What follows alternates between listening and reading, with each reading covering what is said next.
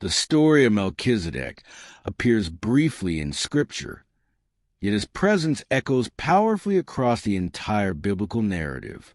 Though he steps onto the stage for only a few verses, his significance stretches from the days of Abraham to the theology of the New Testament. The first mention of Melchizedek occurs in the days of Abram, long before he was renamed Abraham.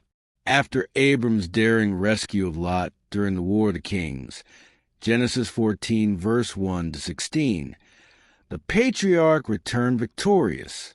It was then that a mysterious figure emerged to meet him, Melchizedek.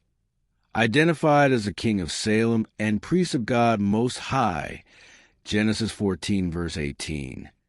Salem is widely understood to be ancient Jerusalem, Psalm 76, verse 2, making Melchizedek both a king and a priest in the very city that would later become the political and spiritual center of Israel. Genesis 14, verse 18 to 20 records that he brought out bread and wine, blessed Abram, and declared, "Blessed be Abram of God Most High, possessor of heaven and earth, and blessed be God Most High, who has delivered your enemies into your hand." In response, Abram gave him a tenth of everything. The first recorded tithe in Scripture, Genesis 14, verse 20. This act is deeply significant.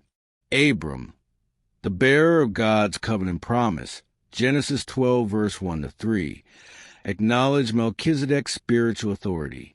The lesser was blessed by the greater. Then, as suddenly as he appeared, Melchizedek vanished from the Genesis narrative. Centuries passed. Israel emerged as a nation. The Levitical priesthood was established under Moses, Exodus 28 to 29. Priests would come only from the tribe of Levi and the line of Aaron. Yet in the midst of Israel's monarchy, a prophetic psalm by David reintroduced Melchizedek's name. In Psalm 110, verse 1 to 4, David records a divine oracle concerning a future ruler.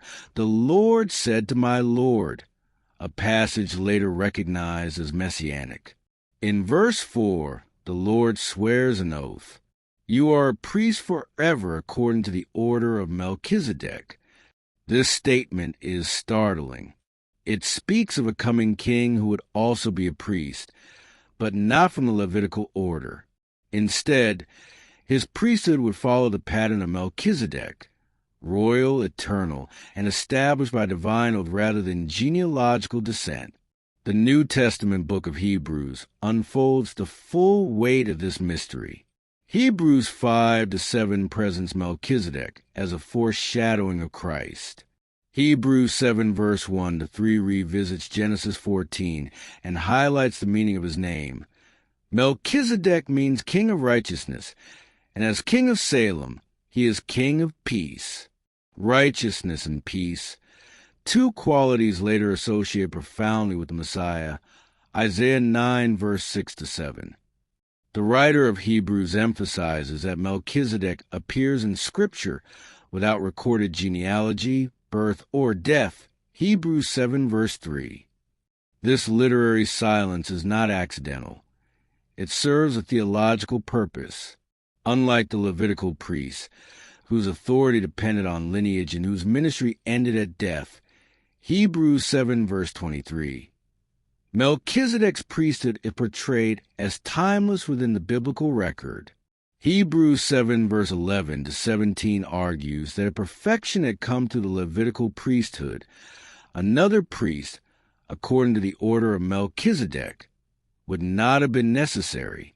But Psalm 110 foretold precisely such a priest. This finds fulfillment in Jesus Christ, who, though from the tribe of Judah, not Levi, Hebrews 7 verse 14, was appointed by divine oath as an eternal high priest, whereas Levitical priests offered repeated sacrifices, Hebrews 10 verse 1 to 4.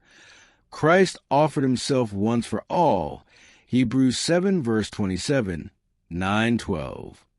His priesthood does not rest on ancestry, but on the power of an indestructible life.